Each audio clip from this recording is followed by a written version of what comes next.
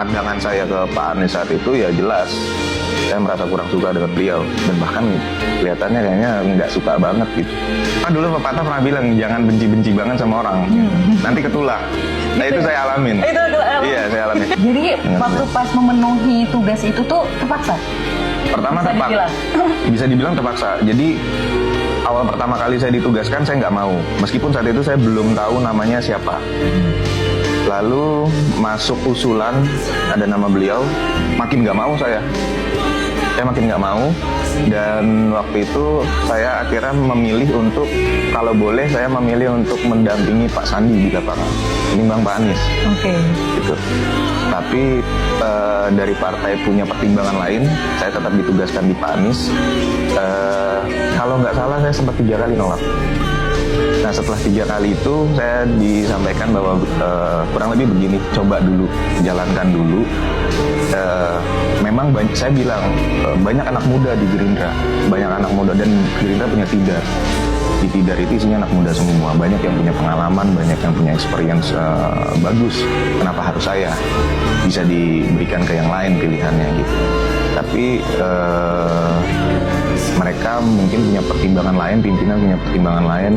Yang punya pengalaman memang banyak, tapi yang sering turun kurang lebih sedikit. Dan salah satunya kamu, tolong bantu gitu.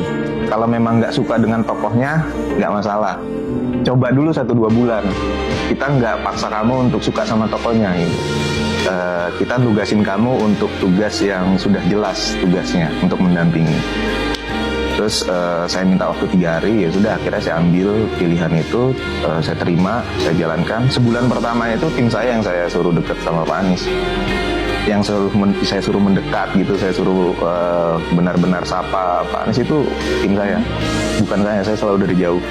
Jadi Mas Dian malah cenderung menghindar ya? Menghindar.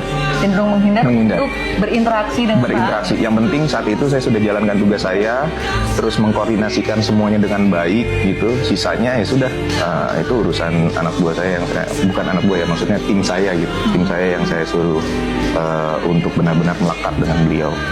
Orang yang punya retorika bagus, yang punya gestur baik dan relatif cenderung santun gitu, udah pasti bentukannya cuma hanya cover aja gitu, pencitraan aja gitu, kamuflase.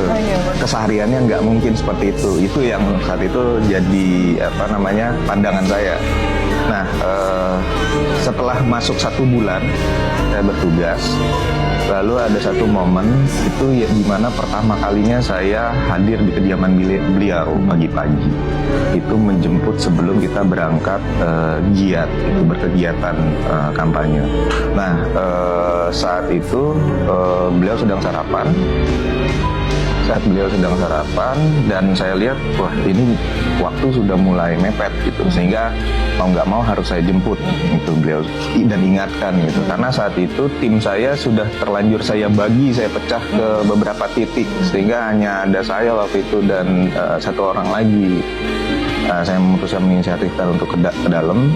Saat mau memanggil beliau sedang berinteraksi dengan mohon maaf ya, pembantu rumah tangganya gitu, yang membantu asisten rumah tangga.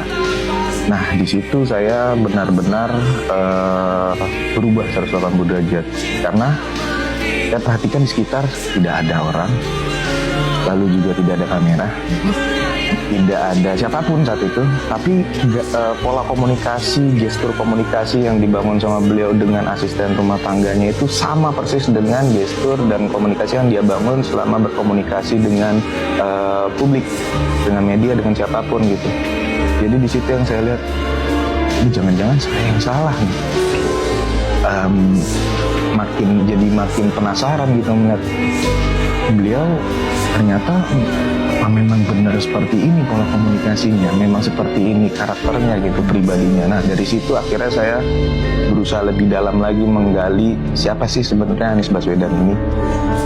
mulai dari kesehariannya. Karena buat saya nggak pernah menilai public figure itu atau tokoh-tokoh di politik itu dari mereka sehebat apapun menjalankan program atau menjalankan jabatannya gitu. Justru malah yang saya nilai adalah keseharian dan pola sederhananya itu. Dari hal sederhana itu akan terlihat kan karakteristik seseorang. Nah dari situ yang saya lihat hari-hari saya ikutin. Ya akhirnya itu 180 derajat berubah menjadi tertarik dengan beliau dan sampai saat ini. Jadi sekarang jadi jatuh cinta beneran ya Mas ya? Jatuh cinta sebagai orang tua, jatuh Iya. cinta sebagai macam-macam beliau Respect. itu ya respect